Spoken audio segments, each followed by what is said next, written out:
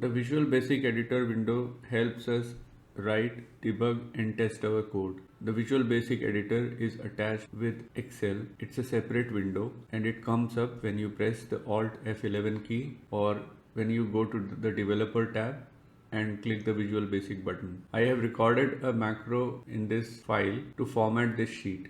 I'll show you how the macro works. When the macro is run, it formats the sheet and you can read the contents of the sheet better. A formatted sheet is always better than an unformatted sheet. In this video, I want to talk to you about these topics, but if the video becomes long, then I will break this video into 2 parts or maybe 3 parts. First, let us discuss about some tools that the Visual Basic Editor provides to edit your macro, debug it, test it, and compile it. The first tool that we are going to talk about is the stepping into a macro. But first, let me clear the formatting so that you can see what the macro is doing. This is how the unformatted sheet looks. It is not very readable, is it? I'll go to the Developer tab and click the Macros button and then the Step Into button after selecting this macro. Immediately it opens the Visual Basic Editor and it takes us to the macro by stepping into it. This yellow line shows you the line that is going to run next, and there is an arrow beside it. You can drag it up and down to select the lines that you want to run next. So I'll go to this button here which says Step Into, and the shortcut key is F8, and I'll click it. It runs this line and goes to the next one. And now you can visually see what is happening here in the Excel window.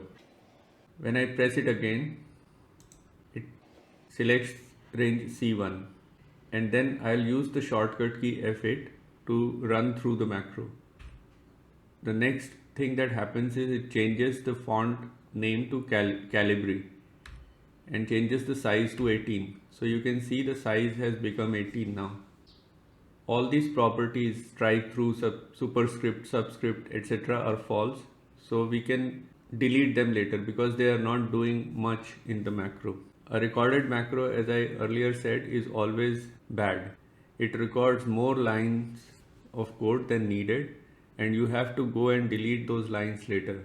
So all these lines are extra that the macro has recorded and we have to delete them. But let us step through them to see what they are doing. And they are doing practically nothing, so we can delete them later. Then it again changes the name to Calibri and size to 28. So probably I changed the size to 18 first and then I changed it to 28, but it has recorded all these lines 2 times and we definitely need to delete them. So it makes the size 28, goes through all these lines. I'm pressing F8 constantly. And then it again changes the font. This time it changes the theme color and tint shade. So these 2 lines are important. They are doing something, so we will not delete them. Then it makes this font bold and then it selects the next cell to be formatted. It changes the size and name and does nothing. These lines of code can be deleted. And then it takes the font again and changes the theme color and tint and shade. And then it selects this cell again and copies it. And then it selects the next cell and then it pastes formats only. So this is equivalent to using the format painter. When we copy the format from one cell and paste to the other cell, it records this line of code.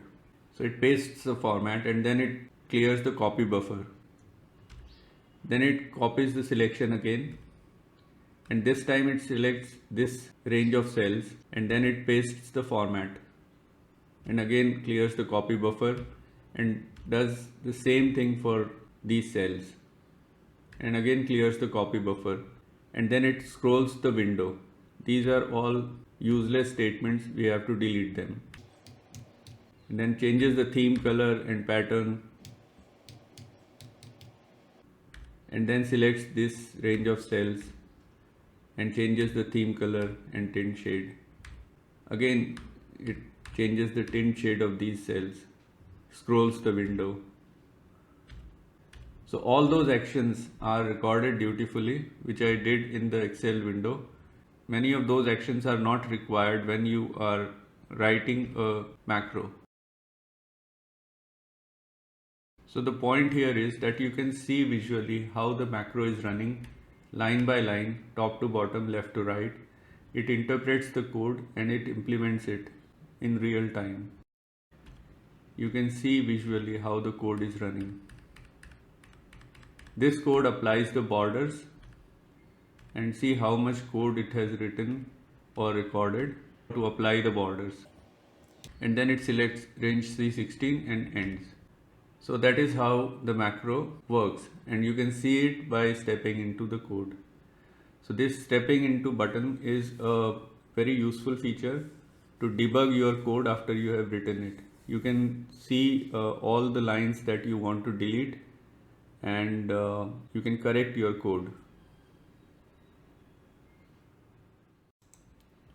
So now that we have seen how to step through a macro, let us go and edit the macro. I'll open the Visual Basic editor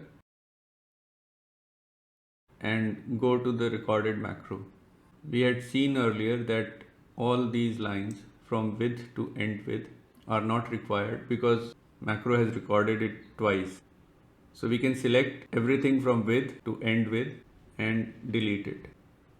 We can also insert a white line in between these two lines so that we can read them properly. And then, because it only changes two properties, the name and the size, we can go and comment out all these properties which are not required.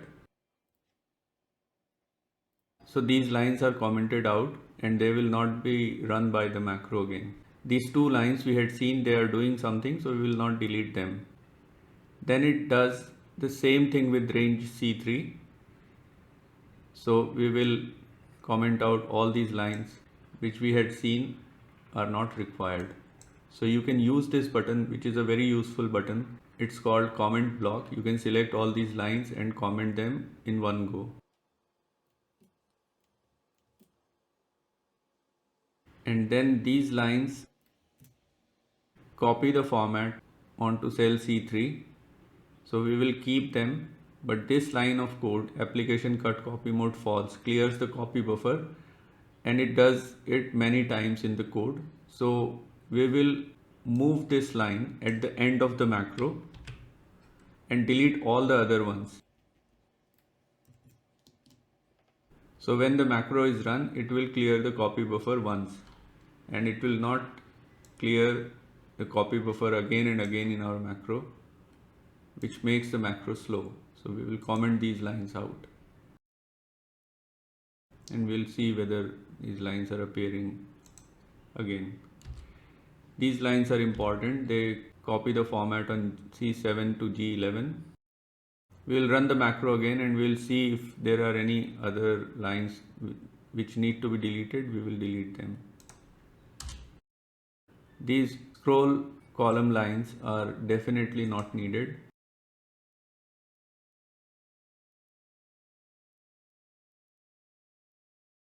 I'm inserting white lines in between the code so that it is easier to read. We can partially select the lines and click this button. It comments them out. This is the code which applies the border. We'll keep it. Although there is a lot of code in this also which we can remove, but let us keep it. So you can see we have removed many lines of code from this. What we can do is we can also copy the macro, the whole macro, and paste it below again and change the name to edited, and then remove these lines. I could have done this in the original macro, but I am doing this just to show you how much smaller the edited macro becomes. and the less number of lines we have, the faster the macro runs. So we have to always keep an eye on our macro recorder and see what it is recording and keep editing it. So you can see the macro has become shorter, definitely shorter. All these lines have been deleted. And if we now see the edited macro, how it runs, it should run the same way, I think. So let us move it to the side and clear the formatting once again and step through this macro. So it selects C1, changes the name and size and tint shade.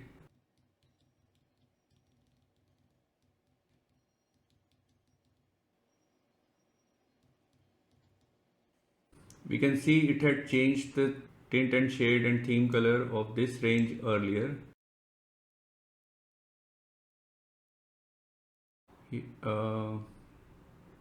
But it is doing it again. Let us keep it.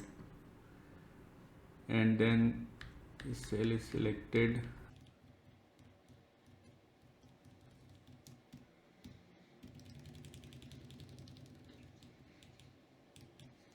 And we can see that the edited macro runs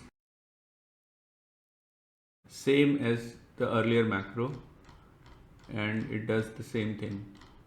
So we can then delete the format sheet macro because it has a lot of lines, extra lines. We can delete it altogether and keep the edited macro.